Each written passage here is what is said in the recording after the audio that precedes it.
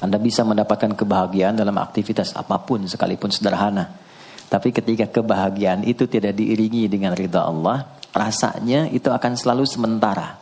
Kita butuh momen-momen baru untuk mendatangkan kebahagiaan itu. Tapi titik poin ketika Allah ridha dengan apa yang kita kerjakan, apa yang kita lakukan, maka Allah akan tanamkan satu cawan yang luas kandungannya, yang bisa menerima setiap keadaan dengan hal yang paling menyenangkan. Apapun yang kita lihat selalu nyaman. Yang kita dapati, kita ridha dengan apa yang Allah berikan. Keadaan itulah yang oleh Nabi itu diungkapkan dengan komen yang sangat simpel tapi dalam isinya. Kata Nabi, ajaban li amril mu'min. Orang beriman itu kalau benar imannya, maka kehidupan itu mengagumkan. Bila dia mendapatkan kesuksesan, dia iringi dengan kesyukuran. Sehingga sifatnya tetap proporsional. Dia sukses, tapi ada keseimbangan dengan syukur. Sehingga tidak berlebihan menyalurkan kesuksesannya itu. Dan dengan sifat berlebihan itu hanya memberikan beban pada dirinya. Saya pernah sampaikan kan, di kesuksesan itu identik dengan gaya hidup. Rumus gaya di fisika itu kan selalu F1 banding lurus dengan F2. Apa yang didapat itu yang keluar. Tapi orang tidak boleh lupa bahwa F itu selalu berbanding lurus dengan P. Gaya berbanding lurus dengan tekanan, hukum Pascalnya. Semakin banyak gaya, semakin tertekan hidupnya. Itu bandingan nilai kehidupannya. Nah, jadi gaya itu diperkenankan. Karena itu bagian dari energi. W sama dengan F dikalikan S. Hukum energi kan begitu. Jadi hidup nggak mungkin kalau nggak ada energi. Tapi energi yang terbaik itu akan dihasilkan, membawa kesuksesan kebahagiaan ketika ridha Allah tertanam. Saat dia sukses, dia bersyukur sehingga proporsional. Saat dia merasakan duka pun, dia nyaman karena punya sabar. Nah, sabar itu mahal. Di Jepang ada banjir, itu bisa minta maafnya luar biasa, tak tahan dia bunuh diri. Di kita banjir bisa berenang. Itu gambaran. Cuma kalau nggak seimbang repot juga. Nah, membangun keseimbangan itu butuh konektivitas yang kuat dengan Allah. Konektivitas itulah yang dalam bahasa agama disebut dengan sholat namanya. Ya. Di pertemuan lalu kita sudah mencakup beberapa bagian dari sholat itu. Tapi saya ingin tekankan sedikit untuk menguatkan. Sholat berasal dari kata wasala atau silatun. Dasarnya kata wasala yang berarti terkoneksi dengan kuat.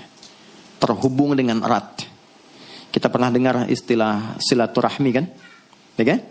Kalau kita kumpul, bahasa kerennya saya mau silaturahmi kan? Tapi goalnya tercapai gak? Ya, silaturahmi itu kan dari kata silah, terhubung dengan erat, rasa sayang dan perhatian. Sehingga parameternya itu bukan saat datang. Kalau datang kita nyapa, wajar karena orangnya ada. Tapi kalau berpisah kita masih ingat, masih peduli, masih mendoakan, masih ngontak, itulah silah namanya. Di setiap keadaan kita masih terkoneksi. Keadaan kita yang terhubung dengan Allah. Sehingga di setiap tempat kita diperhatikan. Di pekerjaan kita dibimbing. Di rumah tangga kita diiringi. Sehingga semua berjalan mudah dan membahagiakan. Yang melatih kita untuk terkoneksi sehingga gak putus dengan Allah. Itulah yang disebut dengan sholat. Sehingga goal dari sholat itu adalah membangun konektivitas kita dengan Allah yang kuat. Itu yang dimaksud di Quran surah keempat An-Nisa di ayat 103. فَإِذَا قَضَيْتُمُ الصَّلَاةَ maka jika anda telah tuntas mengerjakan sholat, فَاذْكُرُوا اللَّهَ. Ukuran keberhasilan sholat anda itu ketika anda merasakan konektivitas dengan Allah mulai nyambung. Qiyaman, jalannya ingat Allah. Sehingga kalau orang jalan, bekerja di apapun, saat dia ingat Allah, dia bisa memfungsikan tubuhnya sehingga tidak mengerjakan apa yang Allah tidak sukai. Gak akan mungkin Anda melihat sesuatu yang tidak Allah senangi. Dalam keadaan yang sama Anda ingat Allah. Gak akan mungkin melangkah pada tempat yang salah saat ingat Allah. Dan itu tidak mudah. Karena banyak orang keluar masjid pun setelah selesai sholat masih tertukar sendal. Padahal kalau dia ingat Allah gak mungkin itu terjadi. Itu pelajaran dasarnya. Wa qu'udan wa ala junubikum. Baik itu duduk bahkan sampai berbaring. Ada koneksi. Nah jadi singkatnya, sholat itu semua gerakannya, semua bacaannya, Dari mulai kita bertakbir sampai kita salam, bacaan yang mengiringi, itu bukan sekedar gerakan hampa makna, formalitas kita bergerak dan berakhir, bukan sekedar membaca bacaan yang tidak ada isinya, tapi semua bimbingan bagaimana kita diajarkan langsung oleh Rasulullah, bisa mengoneksikan lewat gerakan dan bacaan itu, tersambung kepada Allah, sehingga feedbacknya, semua apa yang kita bacakan dijawab oleh Allah. Semua gerakan yang kita lakukan, ini hakikatnya bimbingan tentang inti kehidupan kita. Jadi di sholat itu ada bacaan, ada gerakan, ada hikmah. Ada maknanya semua. Jadi bukan kita takbir begini hampa saja. Tidak. Kenapa mesti begini? Kenapa tangan yang kanan menutup yang kiri? Kenapa bacaannya setelah itu ada iftitah, ada al-fatihah? Itu ada maknanya. Dan dahsyatnya, semua profesi-profesi sahabat dan generasi setelahnya yang belajar dengan benar tentang sholat ini, itu semua merubah hidupnya jadi lebih sukses dari apapun yang mereka pilih dalam menjalani hidup. Dan yang paling hebat, itu yang menjadikan Nabi mendapat perintah pertama bukan zakat, bukan haji, bukan umrah, bukan puasa, tapi sholat. Dan perintahnya khusus, spesial, disampaikan dalam peristiwa Isra Mi'raj, untuk memberikan pesan begitu tingginya nilai sholat ini untuk kehidupan manusia. Mohon izin maaf bagi teman-teman yang baru bergabung, supaya tidak banyak mengulang, teman-teman bisa cek kembali di pelajaran sebelumnya. Kita kemarin telah selesai di pembahasan iftitah dengan tangan kanan meletakkan di punggung yang kiri, lalu kemudian diletakkan di atas dada seperti ini. Kesimpulannya adalah, saya cepat saja, dari mulai kita bertakbir, kalau ingin terkoneksi dengan Allah, maka fokuskan diri kita untuk tersambung. Buang urusan dunia semua ke belakang. Jangan bawa dalam sholat. Kalau ingin kita tersambung dengan Allah, tepikan yang lain, hadapkan diri kita, pasrahkan. Hanya Allah yang tinggi, yang agung, yang istimewa. Kalimat agung, tinggi, istimewa, itu disebut dengan akbar. Maka kita ucapkan Allahu Akbar. Kita buang semua urusan dunia ke belakang, pasrahkan diri kita, hadirkan sekarang hanya Allah yang agung saja. Itu poinnya. Kenapa problemnya? Tidak sedikit orang sholat itu sulit menemukan kekhusyuan. Karena dia bertakbir masih membawa dunia. Dia tidak sholat dengan memahami gerakan takbirnya. Dia jadikan sebagai formalitas. Apakah benar? Secara fikih benar. Gugur kewajiban, dapat pahala sesuai keikhlasan. Tapi value dari sholat yang mahal itu nggak dapat. Itu poinnya. Buang semua urusan dunia. Kemudian tambatkan diri kita hanya kepada Allah. Dan uniknya kata Nabi, di fase itulah setan mulai bertugas yang mengganggu kita, supaya kita tidak fokus untuk memahami dan melakukan apa yang kita baca dan kita gerakan. Ada setan khusus menggoda orang sholat, namanya khanzab. Nanti ada 9 jenis setan yang detil tugasnya itu berada di sekitaran kita. Mungkin satu kali Mas Baim kita belajar tentang fikih setan. Belum pernah ada kan ya? Anda kalau kesini cuma tahu jalan yang lurus, nggak tahu macetnya, nggak tahu lubangnya, sulit menghindarinya. Kebanyakan orang belajar tentang malaikat, tapi nggak belajar setannya, sehingga nggak tahu setan apa yang sedang memprovokasi dirinya.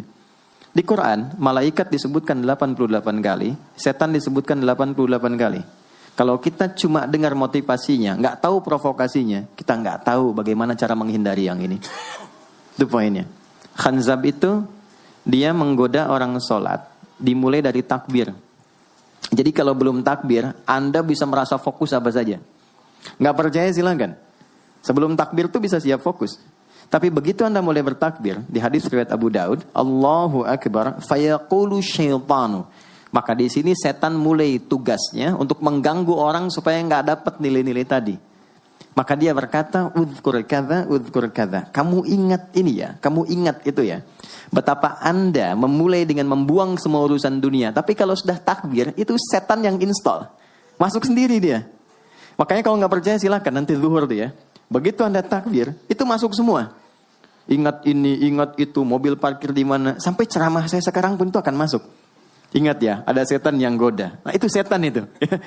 Itu setan sendiri. Membuat kita itu begitu lupa. Sampai lihat ujung hadisnya. Hatta la yash'ural musalli kam raka'atan yusalli. Sampai nanti akan ditemukan orang sholat. Dia tidak sadar berapa rakaat sedang menunaikan sholatnya.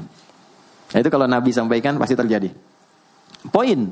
Untuk kita bisa mengatasi itu, poinnya apa? Quran surah ke-29 dulu, ayat 45. Quran surah 29, Al-Ankabut, ayat 45. Di Islam tuh uniknya begini, istimewanya. Nggak ada satupun ibadah yang hasil kreasi manusia. Semua terukur. Ini dalilnya, alasannya, landasan kita ibadah itu dari Tuhannya ini. Penjelasan contohnya ini dari Nabi. Pakemnya begini, kodifikasi ilmunya seperti ini. Sehingga terjaga sampai kapanpun. Dan tidak ada satupun yang kita kerjakan dalam ibadah, kecuali semua punya landasan yang kuat. Dan hebatnya diterangkan. Ini caranya, ini bacaannya, ini maksudnya seperti ini hikmahnya. Kenapa Anda begini? Kenapa begitu? Hasilnya apa? Ketika seseorang sedang memulai sholatnya, dari awal dia pengen fokus, tapi ketika dia mulai bertakbir, muncul godaan, maka sebelum sholat ditunaikan, Allah sudah ingatkan, Utlu ma uhiya ilaika minal kitab. Utlu itu dari kata tilawah. Artinya baca, pahami, amalkan apa yang telah dipahami itu.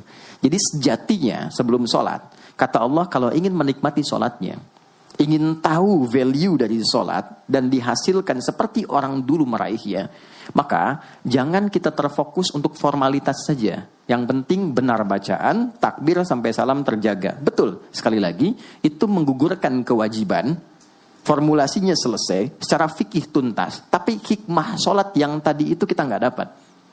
Maka yang terjadi apa? Baca dulu, tilawah, utlu, baca, pelajari dulu sebelum sholat. Kemudian pahami, kenapa takbirnya begini? Kita kemarin sudah belajar.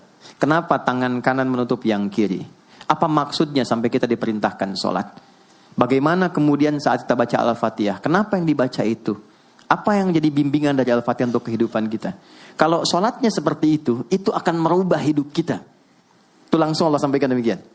Lalu kerjakan, wa aqimis shalah, tunaikan sholat seperti aku tadi isyaratkan, kata Allah. Inna sholata tanha 'anil fahsya wal munkar. Maka jika engkau menunaikannya seperti itu, sholat akan merubah hidupmu. Itu kata Allah tuh. Minimal mendorong kita berbuat jadi lebih baik. Jadi bukan sekedar menjadikan kita pribadi baik, tapi semua yang kita kerjakan menjadi lebih baik. Itu sholat. Itu yang bisa merubah seorang Jundub bin Junadah yang dikenal dengan Abu Dzar al-Ghifari. Ini teman-teman, kenapa Ghifar itu viral? Ghifar itu adalah desa pembegal. Jadi semua sekampung begal semua. Sekampung. Pimpinannya namanya Jundub bin Junadah. Jundub bin Junadah. Singkatnya masuk Islam. Saat masuk Islam, secara singkat saja, Nabi arahkan, diajarin sholat. Betapa sholat merubah hidup beliau jadi lebih baik. Kembali ke kampungnya, mengajarkan, singkatnya apa? Madinah heboh dengan kedatangan tapak kaki, yang ternyata itu orang-orang Ghifar. Sekampung kurang lebih masuk Islam, dan berubah jadi orang baik semua. Merubah hidup mereka. Jundub orang sukses, setelah itu jadi ustadz. Ini mungkin yang menginspirasi judul preman jadi ustadz. Ini tadinya pembegal semua. Sekampung sukses, jadi orang baik, aktivitasnya berubah, lebih berkualitas. Untuk memberikan inspirasi ke generasi masa depan, bahwa kami dulu pernah begini, dengan sholat kami berubah, kesuksesan kami raih, maka diviralkanlah nama daerahnya. Tambahkan al di depannya, ujungnya tutup dengan i. Maka dilekatkan nama bekennya, kunyah, namanya Abu Dzar. Abu Dzar al-Ghifari. Al-Ghifari itu untuk memberikan kesan begini, saya ini dari Ghifar. Itu kampung jelek, desa tempat pembegal, tapi Islam merubah, saya menjadi lebih baik. Sholat mengarahkan saya punya kualitas hidup yang lebih baik. Itu poinnya. Sejak peristiwa itu, orang-orang Islam dari manapun yang bukan Arab itu selalu melekatkan nama daerahnya untuk mengenalkan. Islam pun sudah sampai ke tempat saya. Buktinya saya menjadi baik. Ada namanya Muhammad, punya bapak namanya Ismail, punya kakek namanya Ibrahim, kakek buyutnya Al-Mughirah, yang buyutnya Al-Bardizbah, tinggal di kecamatan Ju'fah, kabupatennya Bukhara, provinsinya Khorasan, negaranya Uzbekistan sekarang. Maka karena dari Bukhara, dia kenalkan diri, datang ke daerah Arab, saya dari Bukhara. Rumus yang sama, tambahkan al di depannya, ujungnya i. Maka dia katakan, ana al-Bukhari. Itulah Imam al-Bukhari. Bukan orang Arab. Kita punya guru besar Syekh Nawawi dari Banten. Ana Nawawi al-Bantani. Ana Ahmad Yasin Al-Padangi. Tapi kesan kota itu untuk menunjukkan Islam telah sampai ke tempat saya dan merubah saya menjadi lebih baik. Kang Baim datang ke Mekah umrah, katakan saya Baim Bong al tanah kusiri. Maka kesan yang dibangun itu telah sampai ke tempat saya, merubah saya lebih baik. Saya Arman al Pondok Indahi misalnya kan, tidak masalah. Itu sah. Dan orang mengenal, oh rupanya Islam telah ke setiap wilayah. Tapi value-nya sampai enggak. Jangan cuma kita katakan saya dari fulan, saya dari tempat A. Poinnya adalah, apa yang merubah engkau dari Islam, menjadikan engkau lebih baik. Jadi kalau ada orang Islam mengaku Muslim, lisannya tidak lebih baik. Maaf sekali, telinganya mendengar tidak yang baik, perilakunya kurang baik, maka dipertanyakan klaim keislamannya. Sudah sejauh mana saya mendapatkan keberkahan dari Islam itu?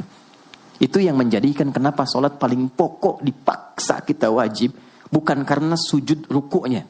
Anda tidak sujud pun tidak akan menurunkan status Allah sebagai Tuhan, tetap Tuhan. Tapi ternyata ada value besar yang dengan kasih Allah diminta kita sholat supaya kita minimal jadi orang baik dan sukses dalam hidup.